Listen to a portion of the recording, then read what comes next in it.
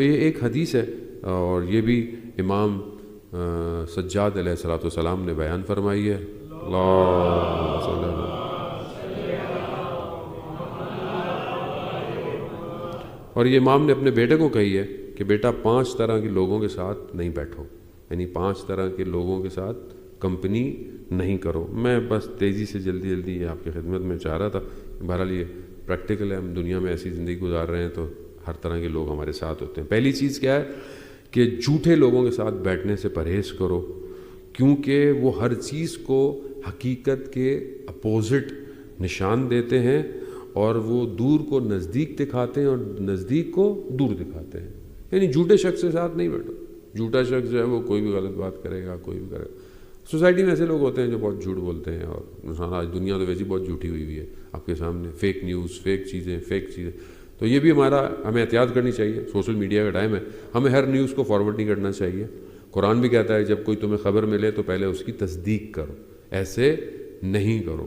سورہ حضرت سلیمان کا جو واقعہ ہے کہ ہدہد جو لے کر آتا ہے تو یہ کہا کہ میں تصدیق کروں گا ورنہ تمہاری گردن جو ہے وہ اتار دی جائے گی، جو ملک سبا کے بارے میں کہی۔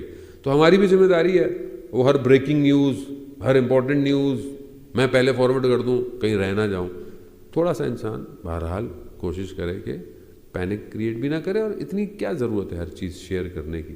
تھوڑا ٹھیک ہے، انفارمیشن ہے، نالج ہے، لیکن کوشش کرے۔ آج کل دنیا کا بازار فیک بازار ہے، fake every thing is crafting ہے، لیکن پھر بھی آپ دیکھیں اتنے پروپیگنڈے کے بعد 100 سال پروپیگنڈا کیا انہوں نے مولا کائنات کے لیے، پھر بھی فضائل اتنے ہیں، دشمن نے چھپائے اپنے بغض کی وجہ سے، اور دوستوں نے چھپائے اپنی جان کے خوف کی وجہ سے، پھر بھی آج آپ دیکھیں فضائل صرف مولا کائنات کے ہیں، ٹھیک ہے نا، باقی اور کسی کے فضائل نہیں ہیں۔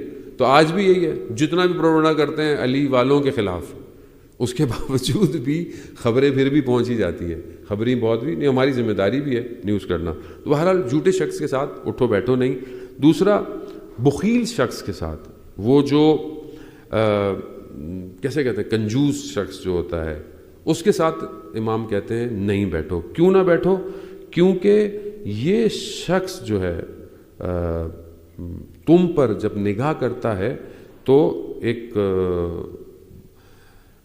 تمہارے پر جب یہ نگاہ کرتا ہے تو تم سے یہ مال ایکسیپٹ کرتا ہے کہ تم سے یہ پیسوں میں مدد لے گا، تم سے پیسوں میں ہیلپ لے گا، مگر جب تمہیں ضرورت پڑے گی تو یہ بالکل تمہارے کسی کام نہیں آئے گا، یا کہیں پہ بھی ضرورت پڑے گی۔ تو ایسے شخص کے ساتھ مت بیٹھو۔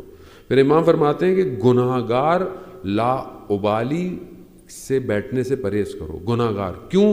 کیونکہ یہ گناہ گار وہ شخص ہے کہ جو ایک لقمے کی خاطر تمہیں بیچ دے گا، کیونکہ اس کو اپنے اس کی چیز پڑی ہے، اس کو تمہاری نہیں پڑی ہے۔ ایسے دوستوں کے ساتھ، ایسی گیدرنگ کے ساتھ بیٹھنے سے انسان جو ہے وہ پرہیز کرو۔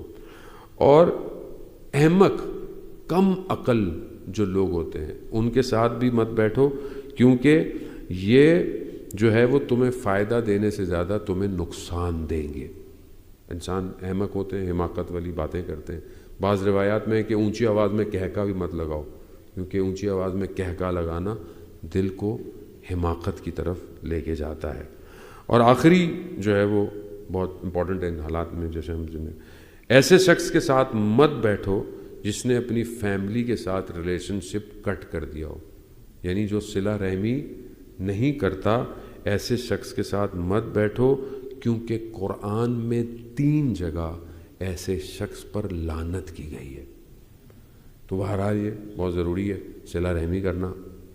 آج کا دور ہے، قیامت قریب ہے، ہر شخص کی اپنی قیامت ہے نا۔ میں مر گیا، میری تو قیامت ہو گئی نا، چاہے قیامت کبھی بھی آئے، اور مجھے پتہ بھی نہیں ہے میرا مرنا کب ہے۔ تو میں بہرحال صلہ رحمی کروں اپنی طرف سے، سلام کر لوں، واٹس ایپ کا میسیج بھیج دوں، کوئی بھی ہے خوشحالی کی بات کہہ دوں، اپنی طرف سے صلہ رحمی کروں، چاہے سامنے والا جو کرے وہ اس کا اپنا حساب کتاب ہے۔ کیونکہ قرآن میں 3 جگہ جو کٹ کرتا ہے ریلیشن شپ، اس کے اوپر اللہ نے لعنت بھیجی ہے۔ ایسے شخص کے ساتھ بھی مت بیٹھو، اگر ایسا شخص ہے تو نہیں بیٹھو تم، اور لعنت ہو رہی ہے تمہارے پر بھی لعنت کہیں نہ ہو جائے۔ اور ہماری زندگی کی بہت ساری مشکلات اس کی وجہ سے ہیں، بہن بھائیوں سے ناراض ہے، بھائی کا حق کھایا ہوا ہے، بہن کا حق کھایا ہوا ہے، رشتہ داروں کا حق کھایا۔ حق کھانا الگ ہے، ریلیشن شپ کرنا الگ ہے۔ ایک شخص بیان کرتا ہے کہ اس کا بزنس کرپٹ ختم ہو گیا، بینک کرپٹ ہو گیا، تو ایک عالم سے اس نے کوئی وظیفہ لیا، وظیفہ عمل ہی نہیں ہوا، اس نے عمل کیا لیکن کچھ رزلٹ نہیں آیا، تو اس نے بازار میں دیکھا وہ عالم دین کو، تو دوڑتا ان کے پاس گیا کہ جو آپ نے مجھے وظیفہ دیا تھا وہ نہیں ہوا۔ تو اس وقت ایک اور شخص گزر رہا تھا جو بزرگ تھے، کہا ان کے پاس جاؤ، ہو سکتا ہے یہ تمہاری ہیلپ کرے۔ وہ شخص کون تھا؟ وہ رجب علی خیاط۔ رجب علی خیاط آپ جانتے ہیں کہ بہت فیمس ایک ایسے عارف تھے کہ جنہیں اللہ تعالیٰ نے غیب کا علم دے دیا تھا، اور وہ مشہور تھے ریزننگ کے لیے، ریزن بتاتے تھے پرابلم کی۔ تو اس نے کہا کہ میرے لیے دعا کریں، میرا کام خراب ہو گیا۔ تو اس نے بولا کوئی دعا تمہارے لیے کام نہیں کرے گی۔ کہا کیوں؟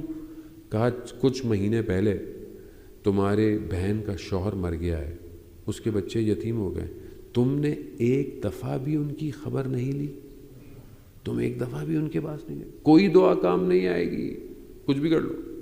تو کہا میں کیا کروں؟ کہا بچوں کے پاس جاؤ، بچوں کا دل خوش کرو، ان کو کچھ لے کے جاؤ ان کے لیے۔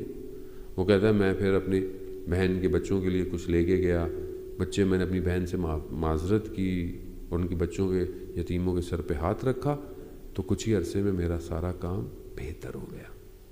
تو بعض اوقات ہماری زندگی کی جو پرابلم ہے جان محترم، وہ ہماری اپنی ہے، ہم نے خود کی ہوئی ہے۔